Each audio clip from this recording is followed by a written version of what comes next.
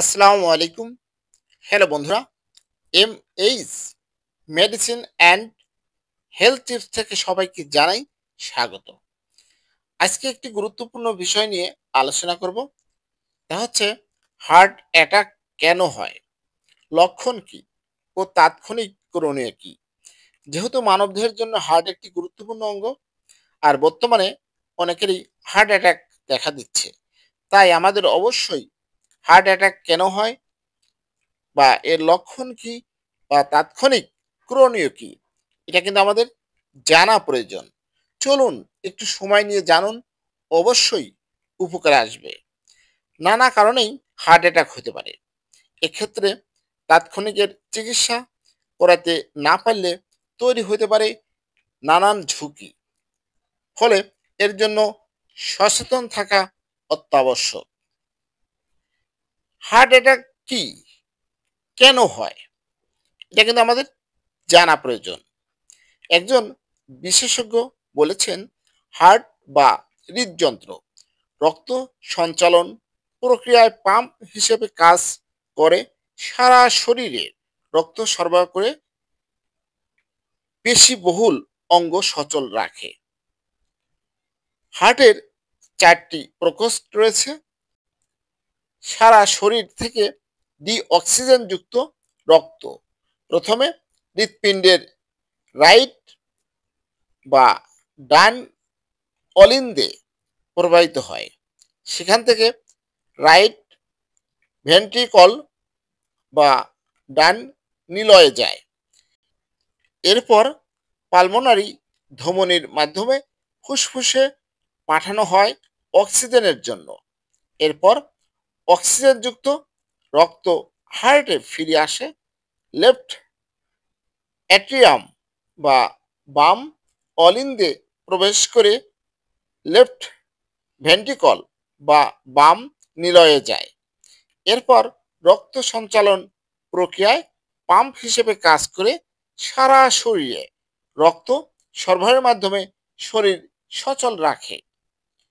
Heart নিজেও একটি masculine organ. হৃদযন্ত্রের কার্যক্রম সঠিকভাবে পরিচালনার জন্য হার্ট অক্সিজেনযুক্ত রক্ত নেয় করোনারি ধমনির মাধ্যমে। করোনারি আর্টারি তিনটি: left coronary artery, right coronary artery ও left anterior descending artery.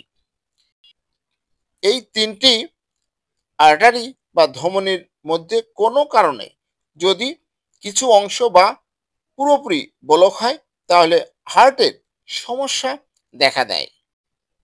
Partial বা অংশত ব্লক হলে তাকে অ্যাঞ্জাইনা পেক্টোরিস বলা হয়, আর সম্পূর্ণ ব্লক হলে তাকে বলা হয় হার্ট অ্যাটাক। হার্ট অ্যাটাক কাদের হয়? এক, বংশগত বা জেনেটিক কারণে হার্ট অ্যাটাক হতে পারে। কারোর বাবা মা কিংবা কাছের স্বজনদের হার্ট অ্যাটাক হয়ে থাকলে তাদের ঝুঁকি বেশি। দুই, অতিরিক্ত অ্যালকোহল ও ধূমপান করলে এর ঝুঁকি অনেকাংশে বেশি থাকে। তিন, অনিয়ন্ত্রিত ডায়াবেটিস। চার, অনিয়ন্ত্রিত উচ্চ রক্তচাপ। পাঁচ, অতিরিক্ত ওজন।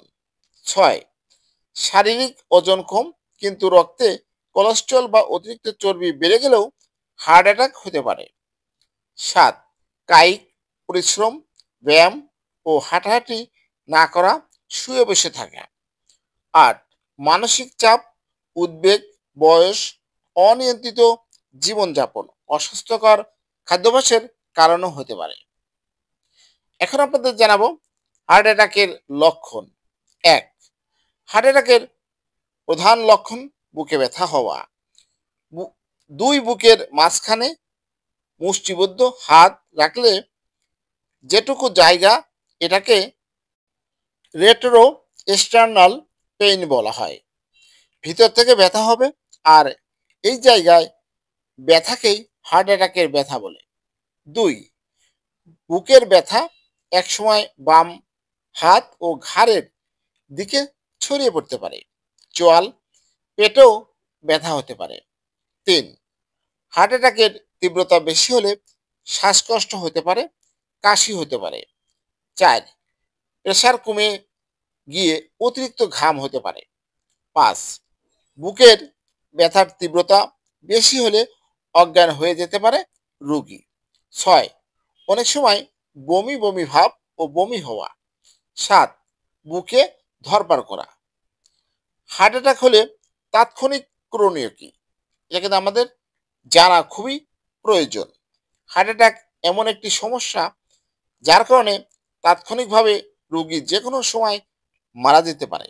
বুকে ব্যথা অনুভূত হলে, হার্ট অ্যাটাকের লক্ষণ মনে হলে যত দ্রুত সম্ভব রোগীকে হাসপাতালে বিশেষজ্ঞ চিকিৎসকের কাছে নিয়ে যেতে হবে। প্রয়োজনে জরুরি স্বাস্থ্য সেবায় ফোন দিতে হবে। আক্রান্ত ব্যক্তি যেন বেশি নড়াচড়া না করেন সেদিকে খেয়াল রাখতে হবে। শান্ত থেকে পরিস্থিতি মোকাবেলা করতে হবে। রোগী যদি জ্ঞান হারায় বা শ্বাস নিচ্ছে না এমন হলে সঠিক নিয়মে সিপিআর দিতে হবে। এক্ষেত্রে খেয়াল রাখতে হবে সিপিআর কিভাবে দিতে হয় সেটি জানেন এমন কোনো ব্যক্তি ছাড়া না জেনে কেউ সিপিআর দিতে পারবেন না। আক্রান্ত ব্যক্তিকে অ্যাসপিরিন জাতীয় ওষুধ, অ্যান্টি প্ল্যাটিলেট ড্রাগ দেওয়া যেতে পারে যা রক্ত তরল করার জন্য ও ধমনীতে রক্ত প্রবাহে বাধা কমাতে সহায়ক। কারো যদি আগে থেকে হার্টের সমস্যায় নাইট্রোগ্লিসারিন জাতীয় ওষুধ খাওয়ার পরামর্শ দিয়ে থাকেন চিকিৎসক, তাদেরকে তাৎক্ষণিক অবস্থায় জিহ্বার নিচেই এই ওষুধ দেওয়া যেতে পারে, অন্যদের বেলায় দেওয়া যাবে না। হার্ট অ্যাটাক হলে পালস রেট কমে যায়। এ সময় কাশি দিলে রিফ্লেক্স হয়, যার ফলে প্রেশার বেড়ে যায় এবং হার্ট রেটও বেড়ে যায়। সেজন্য কাশি দিতে বলা যেতে পারে রোগীকে। আর বিশেষ করে এর চিকিৎসা, একজন বিশেষজ্ঞ চিকিৎসক বলেছেন ইসিজি ও রক্ত পরীক্ষা সহ প্রয়োজনীয় পরীক্ষার মাধ্যমে হার্ট অ্যাটাক হয়েছে কিনা সেটি নিশ্চিত করতে হবে। তাৎক্ষণিকভাবে রোগীর অবস্থা বিবেচনা করে রক্ত যাতে জমাট না বাঁধে, চর্বি না জমে সেজন্য রক্ত চলাচল স্বাভাবিক করা ও রক্ত তরল করার জন্য প্রয়োজনীয় ওষুধ দেওয়া হয় রোগীকে। প্রেশার, গ্যাস্ট্রিক, ডায়াবেটিস, কোলেস্ট্রল থাকলে, ঘুম না হলে সেগুলো নিয়ন্ত্রণে রাখতে ওষুধ খেতে হবে চিকিৎসকের পরামর্শে।